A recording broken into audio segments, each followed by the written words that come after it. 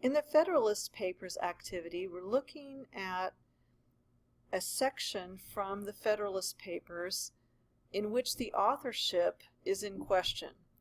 There are 85 essays in the Federalist Papers, and 73 of them the authorship is known, but 12 had the authorship in dispute.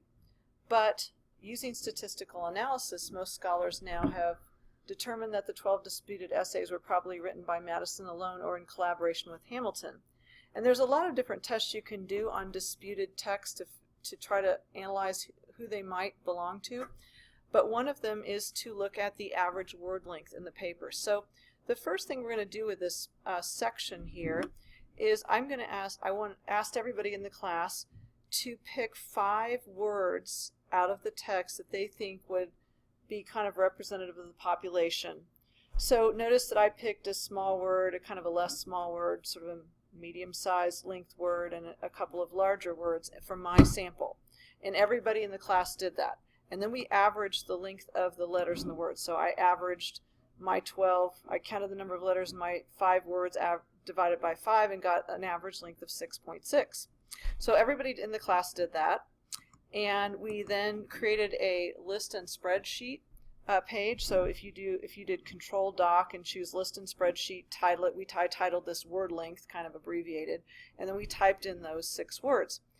Then we went ahead and made a graph of that. So if you go to Control Doc on your calculator and go to Data and Statistics, click to add variables down here and choose word length. And notice here we have a dot plot showing that the average word length among all of the students in our class, it looks like around 8. So 8 to 8.5 or so was the average word length that we got. Then we did a second process. Instead of just looking at the choosing our own words, we looked at this document that's on the next page, and we picked we saw that there are 130 words in this passage, so they're all listed and they're numbered 1 through 130.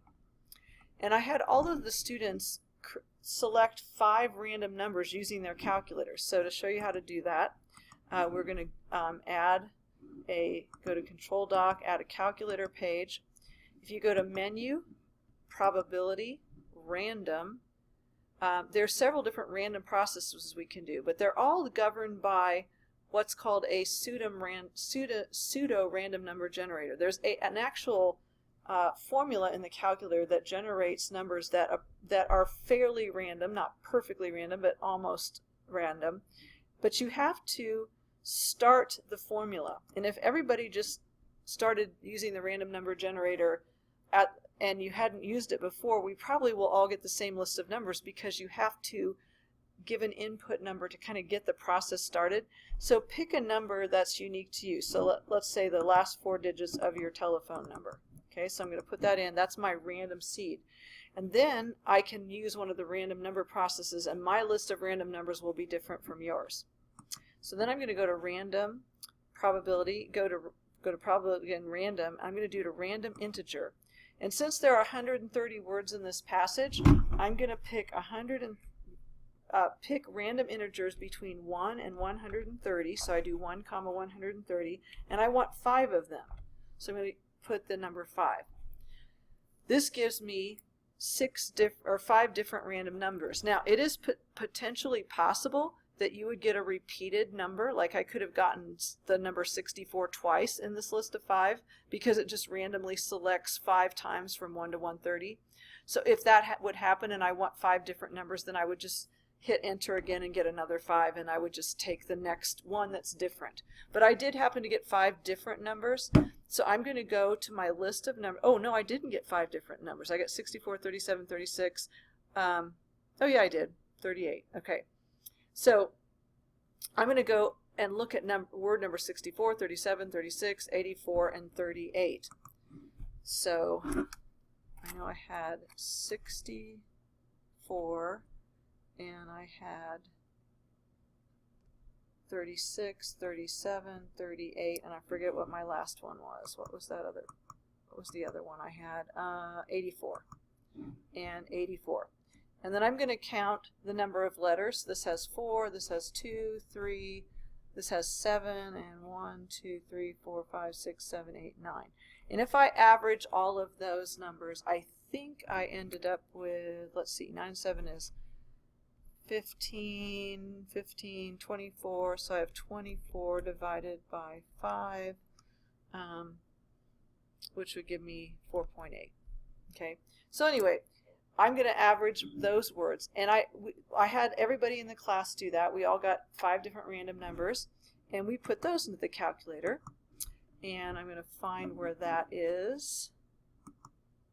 Okay, and I called this random word. So we have a list of numbers that all the class came up with, and I think mine actually turned out to be 5 before, so I'm not sure if I added wrong. If I did, you all get a free half point. Haha, not really. Okay,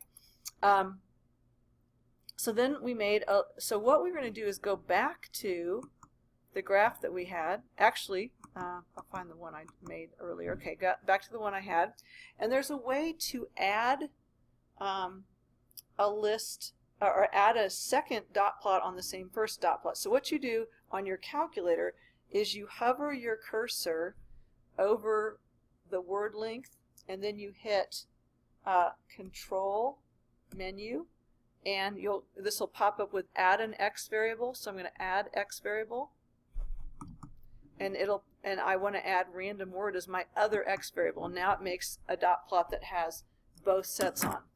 And you'll notice here that when you look at this, the average word length for our randomly selected words is much smaller than our average word length for our words that we picked.